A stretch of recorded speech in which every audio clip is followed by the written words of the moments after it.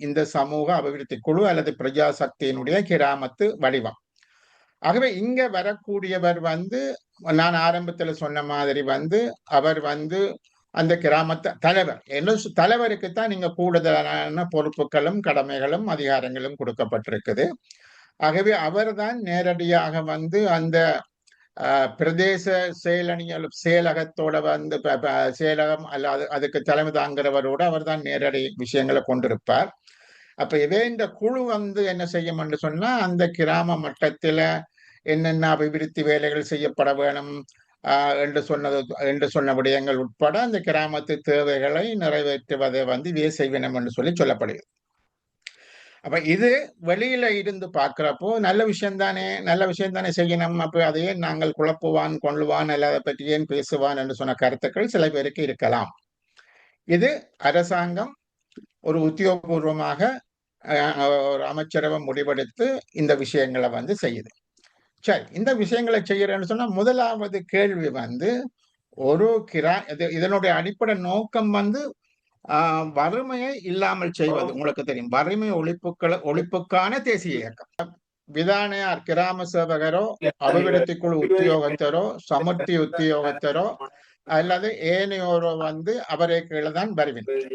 ஆகவே அந்த அடிப்படையில நாங்கள் பார்ப்போமாக இருந்தால் இது ஒரு கட்சி சார்பான ஒரு விடயமாக இது மாற்றப்படுகிறது என்பதுதான் அடிப்படையில இருக்கக்கூடிய விடயமாக இருக்கிறது. முதலாவது என்னென்னு சொல்லி சொன்னால், எங்களுக்கு ஒவ்வொரு பிரதேசத்திலும் பிரதேச சபை என்பது நிர்வாக கட்டமைப்பு. பிரதேச செயலகம் என்பது ஒரு நிர்வாக கட்டமைப்பு. பிரதேச சபை என்பது ஒவ்வொரு பிரதேச சபையும் தன்னுடைய பிரதேச சபைக்கு கீழே உள்ள வட்டாரங்கள்ல இருந்து தெரிவு செய்யப்பட்டவர்களை உள்ளடக்கின பிரதேச சபைகள் இருக்கு. அது மக்களால தெரிவு செய்யப்பட்ட பிரதேச சபைகள். பிரதேச சபைகள் என்பது என்னென்று சொல்லி சொன்னால், ஒவ்வொரு பிரதேச சபைக்கும் கீழே வட்டாரங்கள் இருக்குது. இந்த கிராம சேவை பிரிவுகளை உள்ளடக்கின வட்டாரங்கள் இருக்குது. உதாரணத்துக்கு வலிகாமம் கிழக்கு பிரதேச சபை என்று சொன்னா அது தொண்டமனாத்துல இருந்து கல்வியங்காடு வரையிலான 22 வட்டாரங்களை உள்ளடக்கின ஒரு பிரதேச சபையாக இருக்குது. இதே போல நல்லூர் பிரதேச சபை, யாழ்ப்பாண மாநகர சபை, இப்படி பல்வேறுபட்ட பிரதேச சபைகள் யாழ்ப்பாணத்தில் பார்த்தோம்னா 16-17 சபைகள் இருக்குது. இதே மாதிரி ஒவ்வொரு மாவட்டத்திலும் பிரதேச சபைகள் இருக்குது. அப்ப இந்த பிரதேச சபைகள் என்பது இந்த வட்டாரத்தில இருந்து மக்களால் தெரிவு செய்யப்பட்டவர்களுடைய ஒரு தொகுப்பு தான் இந்த பிரதேச சபைகள். ஆகவே அந்த பிரதேசத்தில அந்த வட்டாரத்துல என்னென்ன அபிவிருத்தி தேவை என்பதை அங்கு மக்களால் தெரிவு செய்யப்பட்டவர் பிரதேச சபைக்கு கொண்டு போவார். பிரதேச சபைக்கண்டு ஏற்கனவே சட்டத்தின் பிரகாரம் ஒதுக்கப்பட்ட அதிகாரங்கள் என்பது இருக்கு. அது உள்ளூர் வீதிகளாக இருக்கலாம், குழந்தை பிள்ளைகளினுடைய பால்மா உணவுப் பொருட்கள் போன்றதாக இருக்கலாம், அல்லது கழிவகற்றல் வேலைகள் போன்றவையா இருக்கலாம், அல்லது மின்சார வசதிகள் அல்லது அதுகள் போன்றவையா இருக்கலாம், அதே மலேரியா எதிர்ப்புகள் போன்றவையா இருக்கலாம். அப்படி பல்வேறுபட்ட அதிகாரங்கள் எல்லாருமே சொல்லுவார்கள் அது ஒரு குட்டி பாராளுமன்றம் என்று சொல்லுவேன். அந்த அதுக்கு அதிகாரம் இருக்கு. அதே சமயம் அந்த பிரதேச சபைகள் என்பவை மாகாண சபைக்கு உட்பட்டவை. மாகாண சபைகளுக்கு உங்களுக்கு தெரியும், மாகாண சபைக்கு உங்களுக்கு இலங்கையில ஒரு 3 விஷயம் இருக்கு. ஒன்று பாராளுமன்றம், 2வது மாகாண சபை, 3வது லோக்கல் கவர்மெண்ட் உள்ளூராட்சி சபைகள். ஆகவே இந்த மாகாண சபைக்கு கொடுத்த அதிகாரங்கள் ஒரு அதிகாரம் என்னென்று சொன்னால், உள்ளூராட்சி சபைகள் அனைத்தும், அது பிரதேச சபையோ நகர சபையோ மாநகர சபையோ அனைத்தும் முழுமையாக 100% மாகாண சபைகளுக்கு கட்டுப்பட்டவை. அது மாகாண சபைதான் அவற்றில என்ன மாற்றங்களை செய்கிறதாக இருந்தாலும் அல்லது அது மாகாண சபைக்கு உரித்தான ஒரு விடயமாக 13வது திருத்தத்துல அது கொடுக்கப்பட்டிருக்கு. அப்படி கொடுக்கப்பட்டிருக்கல ஏற்கனவே அந்த பிரதேச சபைகளுக்கான தேர்தல் நடந்து அந்த பிரதேச சபைகள் நடைமுறையில நடந்து கொண்டிருக்க இவை அனைத்தையும் ஓரங்கட்டி ஒரு புதிய குழுவை உருவாக்குவது என்பதுதான் இங்க இருக்கக்கூடிய பிரச்சனை.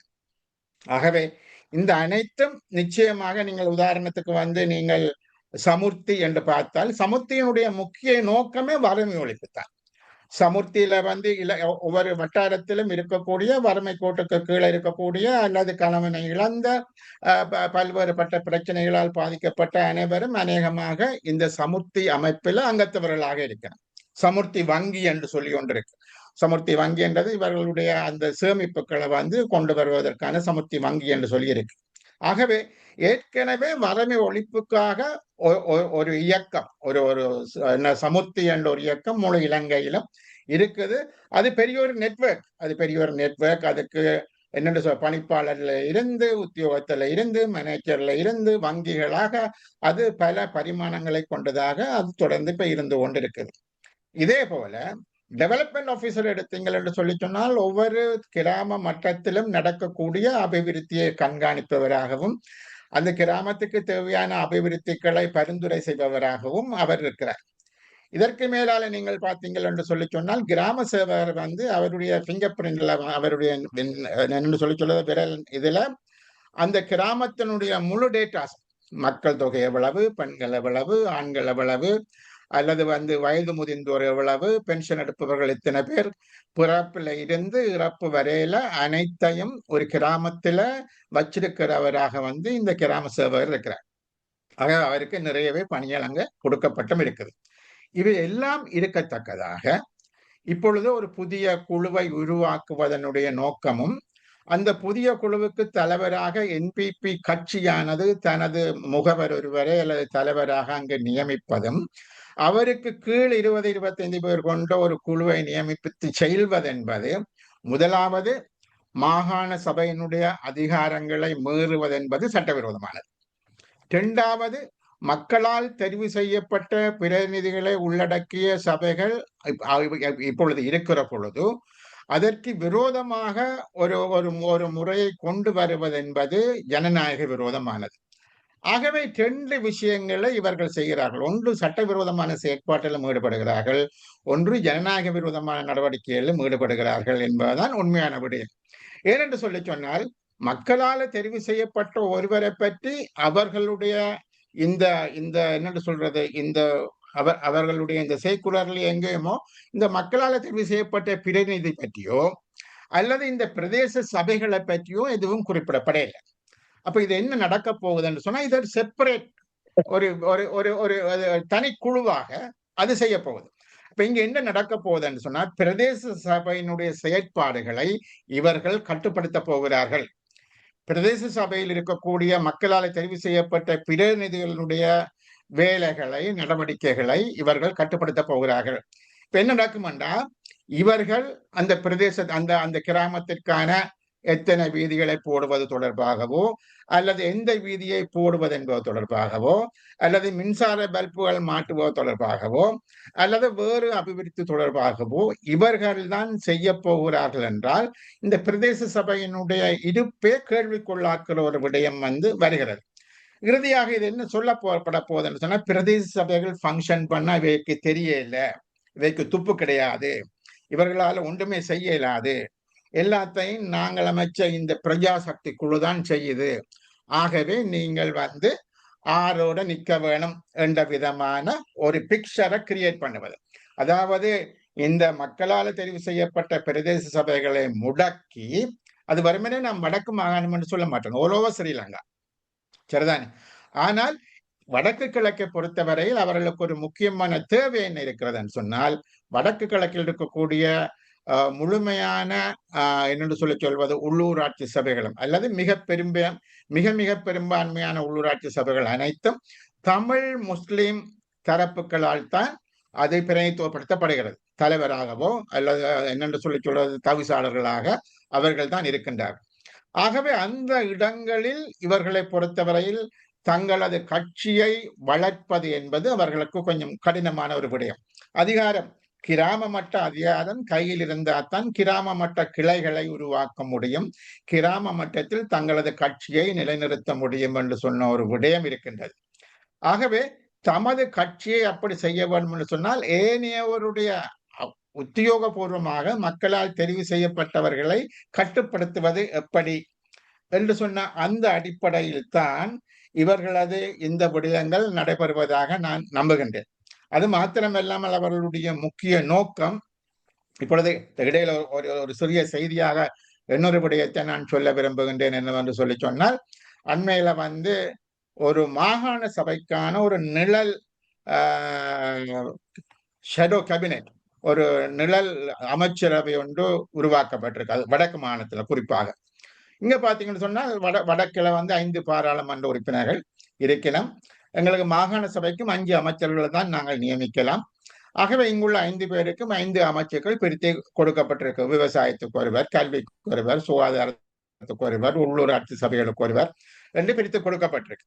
அப்ப இவர்கள் என்ன யோசிக்கலாம், மாகாண சபை தேர்தலை வைக்க முடியாது அல்லது வைக்க விருப்பமில்லை என்று சொன்ன ஒரு விடயம் இருக்கத்தக்கதாக, ஆளுநருடைய ஆட்சியை வைத்துக்கொண்டு ஆளுநர் கூடாக இந்த இந்த பாராளுமன்ற உறுப்பினர்களுக்கு, ஆளும் தரப்பு பாராளுமன்ற உறுப்பினர்களுக்கு இந்த ஷெடோ கேபினட் மினிஸ்டர்ஸ் என்று சொன்ன ஒரு அந்தஸ்தை கொடுத்து, இப்போ ஒவ்வொரு விடயத்திலும் அவர்களது தலையீடுகள் என்பது முக்கியமாக இருக்கும். அவர்கள் சொல்றதுதான் முடிவுகளாக வரும். ஆகவே குறிப்பாக மாகாண சபை தேர்தல் நடக்காது. ஆளுநரை வச்சுக்கொண்டு அதற்குள்ளாக தங்களது பிரதிநிதிகளூடாக ஒரு ஷெடோ கேபினட்டை ஃபார்ம் பண்ணி அதற்கூடாக தமது கட்சியை வலுப்படுத்துவது எப்படி என்பது ஒரு விடயம். கீழே லோக்கல் கவர்மெண்டிலும் அவர்களது ஆட்கள் யாரும் என்னென்னு சொல்றது தவிசாளர் பொறுப்புகளில் இல்லாத ஒரு சூழ்நிலையில் அவர்களுக்கூடாக தாங்கள் எவ்வாறு அந்த அந்த கிராம மட்டங்களில் தங்களது கட்சியை வலுப்படுத்துவது எவ்வாறு என்பதற்குத்தான் இந்த பிரஜா சக்தி என்று சொன்ன விடயம் வருகிறது. மொத்தத்தில் நீங்கள் பார்த்தீங்கள் என்று சொல்லி சொன்னால், என்னை பொறுத்தவரையில் நாங்கள் ஒரு வடக்கு கிழக்கு தமிழ் மக்கள் முஸ்லிம் மக்கள் வாழக்கூடிய ஒரு பிரதேசம் என்று சொன்ன அடிப்படையில் அங்கு எதிர்காலத்தில் தாங்கள் பலம் மிக்க ஒரு சக்தியாக இருக்க வேண்டும். அது இருப்பதனூடாகத்தான் தமிழ் மக்களது கோரிக்கைகள் என்பவை அர்த்தமற்ற கோரிக்கைகள் என்ற ஒரு படத்தை உருவாக்க முடியும். அவர்களை பொறுத்தவரையில் தமிழ் மக்களது உரிமைகளுக்கான போராட்டத்தை பற்றி அவர்கள் இதுவரை தமது தரப்பில் இருந்து அது ஒரு நியாயமான போராட்டமாகவோ இல்லை என்று சொல்லிச்சோன்னா நாங்கள் தனிநாட்டை விடலாம். தன்னாட்டை விட்டுட்டு தமிழ் மக்கள் தங்களது உரிமைகளுக்காக கொடுக்கக்கூடிய குரல் என்பது கூட ஒரு இனவாத குரலாக சித்தரிக்கப்படுகிற ஒரு விடயத்தை நாங்கள் கடந்த காலத்தில் பார்த்திருக்கின்றோம். இறுதியாக ஜனாதிபதி அவர்கள் யாழ்ப்பாணம் வந்த பொழுதும் கூட இந்த தையிட்டி புத்த கோயில் பிரச்சனை தொடர்பாக அங்கு போராடுபவர்கள் ஏதோ ஒரு இனவாத கருத்து கொண்டுதான் போராடுகிறார்கள் என்ற விதமான ஒரு படத்தை உருவாக்கப்படுகிறது. அங்கு ஒரு சட்டவிரோதமான முறையில் யாரோ ஒரு சிலரது காணிகளை பலாத்காரமாக பலாத்காரமாக சுவீகரித்து அங்கு இந்த கோயில் கட்டப்பட்டது என்பதை அவர்கள் ஏற்றுக்கொண்டாலும் கூட அதற்கு எதிராக போராடுவதை ஒரு இனவாத ஒரு விஷயமாகத்தான் அவர்கள் மக்கள் முன் கொண்டு செல்கின்றார்கள். ஆகவே இந்த நிலையில் தாங்கள் இந்த வடக்கு கிழக்கு பிரதேசங்களில் ஒரு முழுமையாக காலூன்ற முடியுமாக இருந்தால் மக்கள் நிச்சயமாக தமிழ் மக்களை பொறுத்தவரையில் அது அங்கு அவர்களது உரிமைகள் அல்ல முக்கியம், ஒரு பொருளாதார பிரச்சனைகள் தான் அவர்களுக்கு முக்கியமான பிரச்சனை இருக்கு. மக்கள் எங்களை தெரிவு செய்திருக்கிறார்கள், அங்கு நாங்கள் பொருளாதார ரீதியாக அந்த பிரதேசங்களை வலுப்படுத்துவோம், சரியான முறையில் அதை கையாளுவோமாக இருந்தால் இந்த பிரச்சனைகள் வராது. ஆகவே தமிழ் மக்களது இந்த நீண்டகால போராட்டத்தை எவ்வாறு இல்லாமல் செய்வது என்பதுதான் அதனுடைய ஒரு அடிநாதமாக இருப்பதாக நான் கருதுகிறேன்.